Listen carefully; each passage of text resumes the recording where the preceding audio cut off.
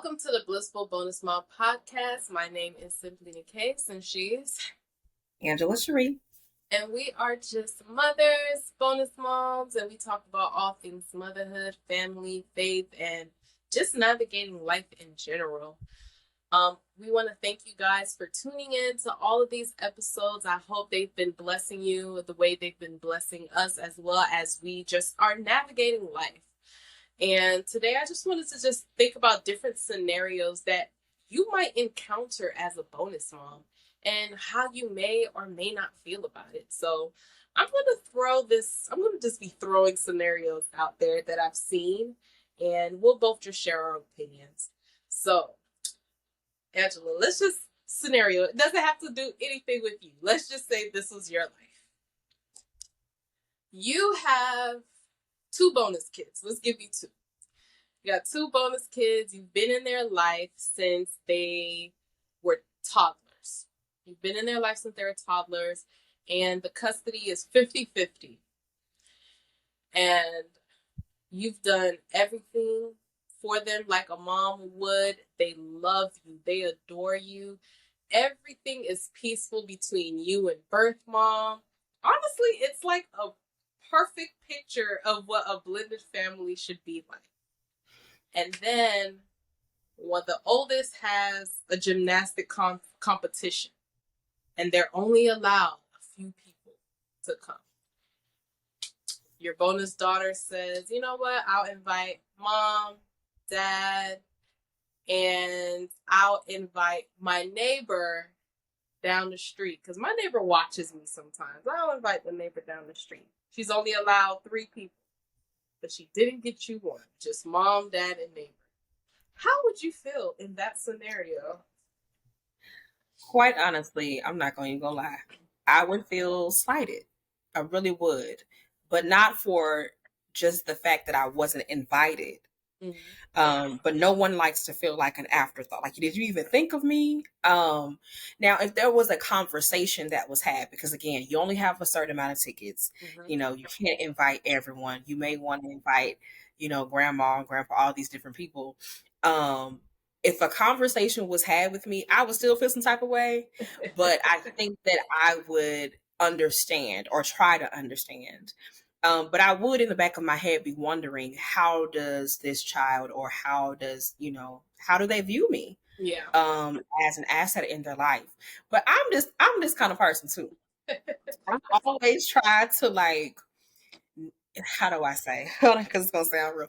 I try to maneuver things in a way that I still am able to be and do what's comfortable for me. Yeah. So I think I'll be like, okay, y'all have the gymnastic conference, and we'll have like a little get together at the house afterwards, and I'll host. So that way, it still includes you. It still includes me. Yeah. I get to hear all of it. I know I wasn't there, but I'm gonna make sure that the little after get together is so nice and grand. Y'all gonna feel bad for not inviting me. That's actually smart, though. I didn't even think of that. But that's just how I roll. Listen, y'all do y'all thing, but it's gonna be so grand and so put together. Y'all gonna hate y'all to invite me. That's actually a really good idea, because in a sense, it still kind of includes you in the festivities.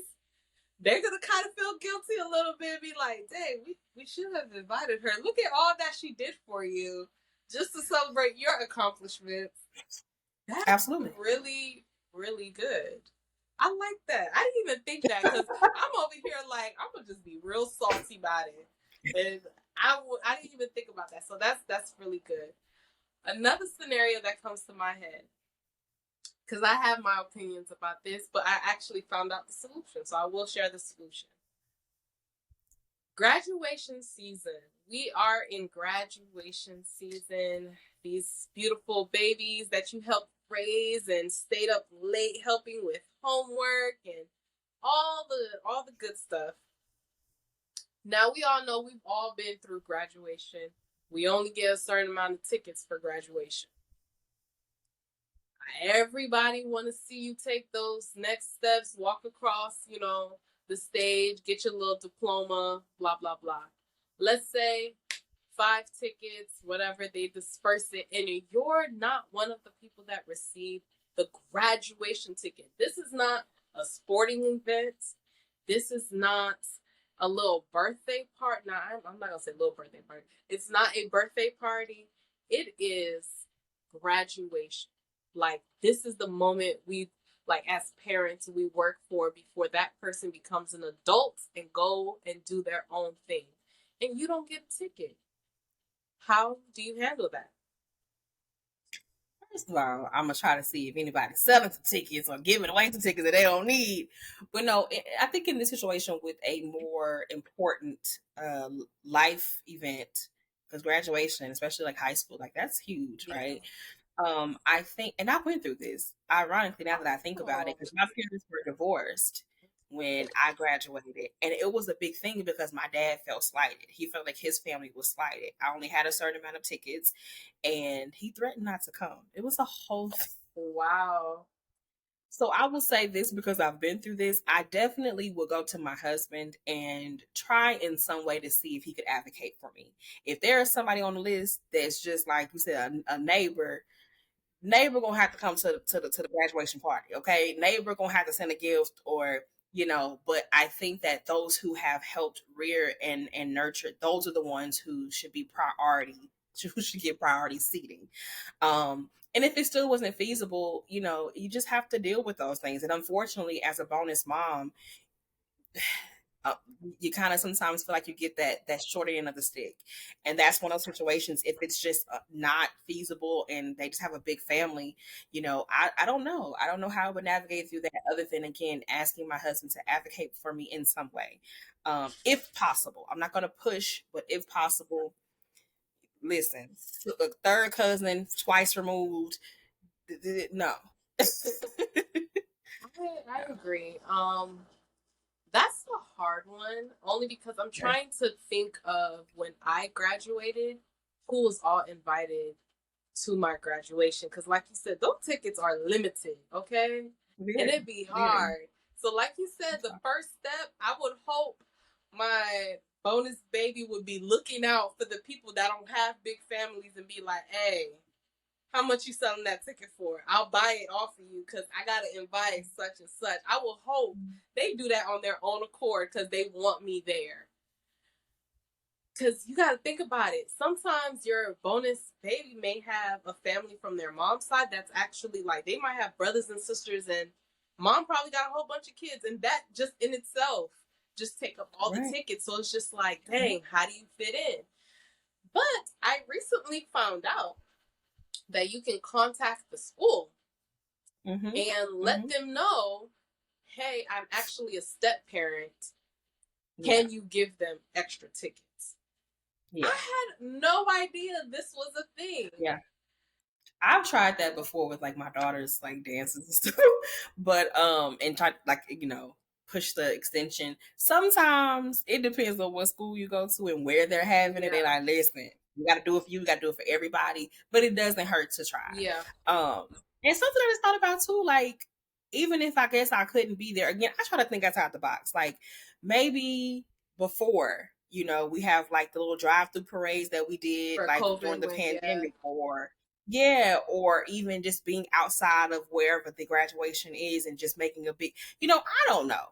But, in situations like that, the worst thing you want to do, and the reason why I'm like throwing all these things out there, the worst thing you want to do is ruin that child's, day. Moment. And again, that was done to me, and I'll never forget that. Like I'm gonna be 35, and I've never forgotten that day. It really put a damper on my day. So that's the worst thing you want to do is ruin it for everybody. Yeah. So yeah, that's true. And another thing that I was thinking, I was like, before you said that, I was like, well, maybe the child could just to ease like the tension between everybody, just get the mom and dad to go, and that's it. Nobody else is going but mom and dad, and call it a day. And then we all just meet up at the party after. That's the only thing I was thinking as well, because I was just like, just so no one can get upset, and it's just a peaceful thing. Here, mom, here, dad. Siblings ain't coming, no, because I probably got siblings on both sides of the family. No, it's just mom, dad, call it a day. But like you said, it is about the child, and you don't want their day to be ruined. Shoot, they worked hard for that day too. So I guess at the end of the day, it really is up to the child. And one of the stepmoms I saw that was in that situation, she wasn't invited to the graduation, and she did kind of feel slighted, but their daughter wrote her a card letting her know, like, don't feel bad that I didn't invite you. You are the one of the most important people in my life. It was a tough decision for me to make, and I'm truly sorry. Like, she was like letting her stepmom know, and I was just like, oh, that's so sweet, because she didn't have to do that. It kind of just, yeah, she just kind of let her stepmom know, like, no, I thought of you in this situation. Don't think I didn't. And I love you, and I see all the things that you've done for me. I just, at the moment, I just couldn't make, I couldn't do it. And so because of that, the bonus mom was like, all right, cool. She still acknowledges her, and they can still celebrate after. Videos exist for a reason. It may not be the same, but we can replay it. Get you a cap and gown, and let's do this whole shebang all over again. So there's different things that you have FaceTime too. You have FaceTime. You have Facebook Live, where you can create a room just for that. Absolutely. I've attended many Zoom weddings and things when COVID was like, hey, we shut everything down. The computer was the way to go. So, I'll be screaming from home for you and hoping you hear me. So it's just different scenarios like that I was thinking of. And like, even in birthday parties, I feel like, sometimes we may be an afterthought, but I think once you realize how much effort you've put into that child, and I think if that child actually acknowledges that, you'll be all right, no matter the scenario. Absolutely. No matter the scenario. Absolutely. It goes back to a few episodes back, like playing your part, and knowing who you are, knowing who you are to this child, and understanding that I'm important, I'm valuable as well, even if I'm never told, even if I'm not acknowledged, even if it isn't noticed. You're not doing it for that anyway. So it's like, yeah, just play your part and respect that child's wishes, and they'll see and they'll know. Absolutely. Absolutely. Quick question. This literally came to my head. We've mentioned putting the child first in a lot of things and making sure that they're comfortable, making sure that they feel loved and things like that. I kind of want to clarify I don't know if you feel the same way, but I just kind of wanted to put it out there. Although I keep saying, put the child first, make sure they're comfortable and things like that.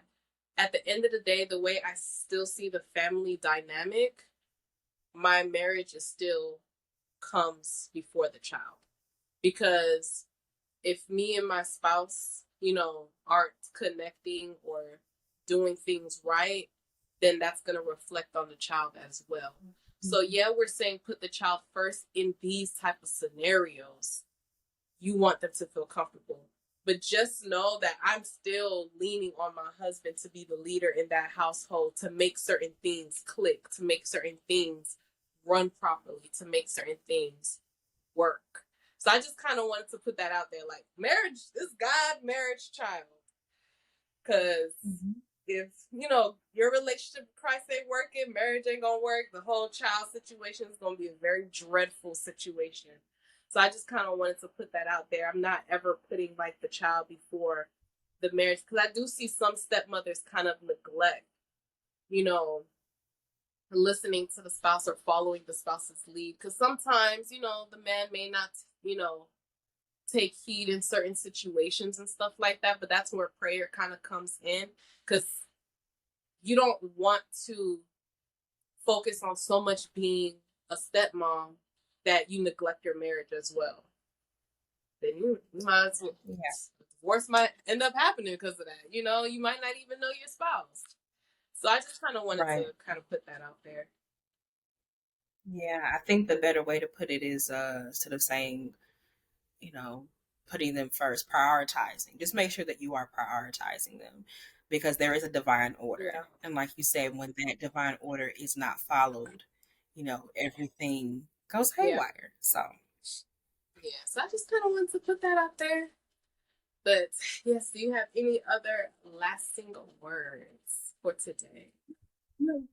Just pivot and be creative. If you find yourself in these types of scenarios that are similar to this, pivot, Be creative. Pinterest is wonderful. YouTube is wonderful. Google is wonderful. And there are people who have done this before.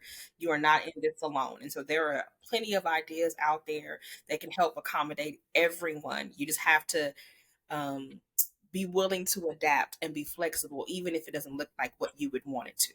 So, Absolutely. So we thank you guys for listening. Don't forget to follow us on our socials, connect with us, subscribe to this podcast, and share it amongst your mom friends. We love you, but Jesus loves you most, and we'll see you on the next episode. Bye.